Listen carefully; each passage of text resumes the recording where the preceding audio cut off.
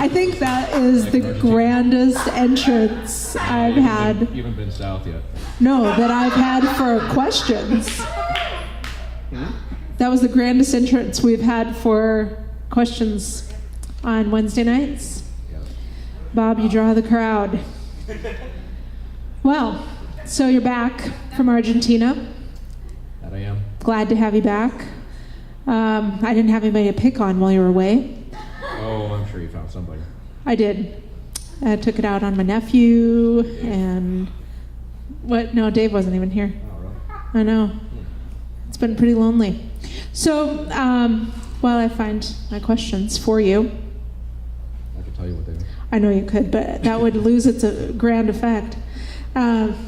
So, how many times have you been to Argentina now? 5 times in 6 years. Wow. What would you say is the thing that draws you back time and time again? It's the people. By far, the people. Boy.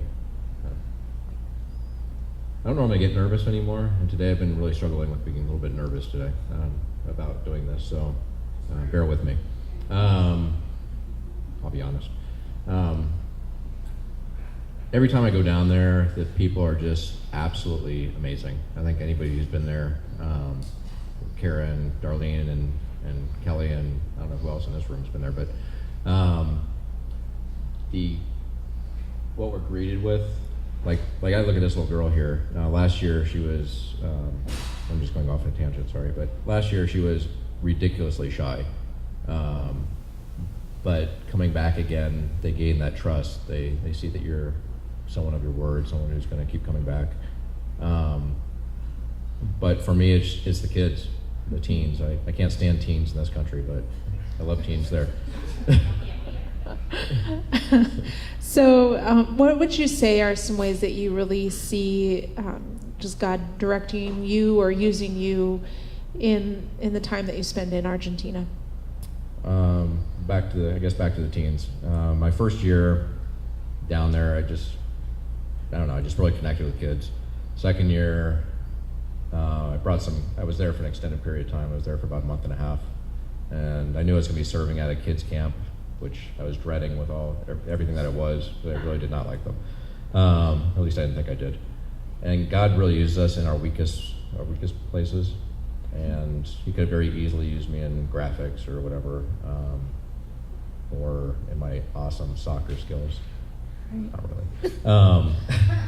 But so I just connected really, really big time with kids. Just brought down some candies that I knew they couldn't stand, and they're really not big on spicy foods down there.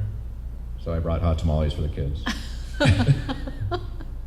You had to be nice. There. Come on, Carrie, you can laugh. What would you say is the demographic that you serve when you're there?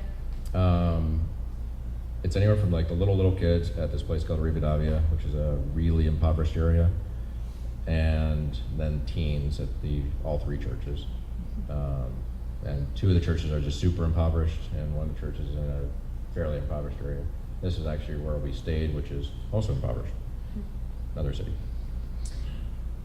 When you're there with the team, what would you say would be the importance of serving one another and just being an intentional part of a team? What would you say are most important attributes? Definitely team camaraderie is huge, and being a selfless participant.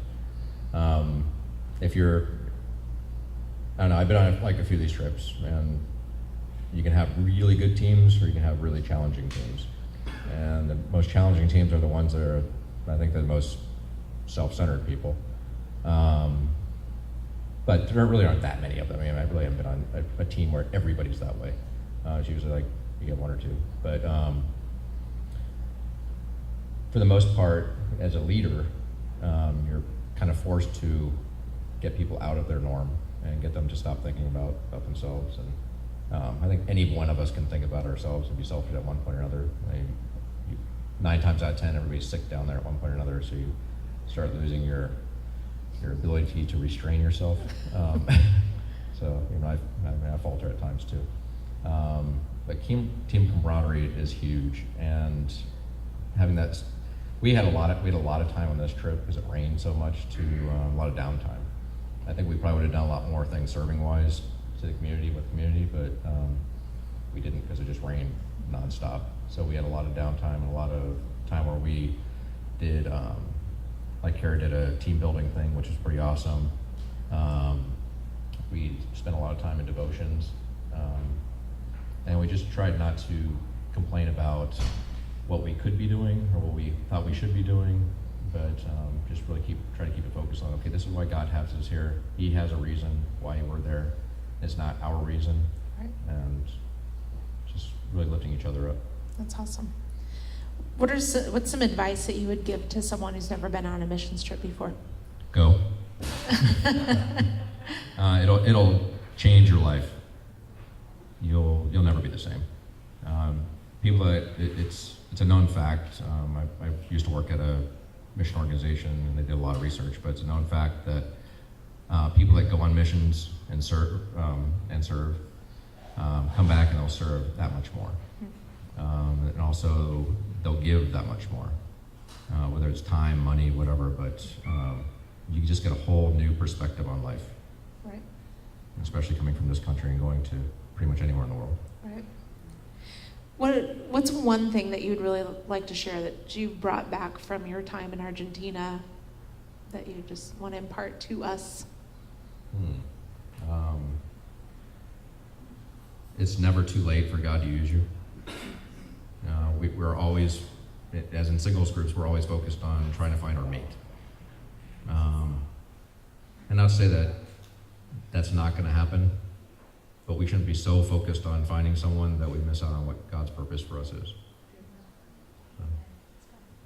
Well, Bob, I really appreciate you doing this. I know hanging out up here isn't your favorite, but yes, please encourage him.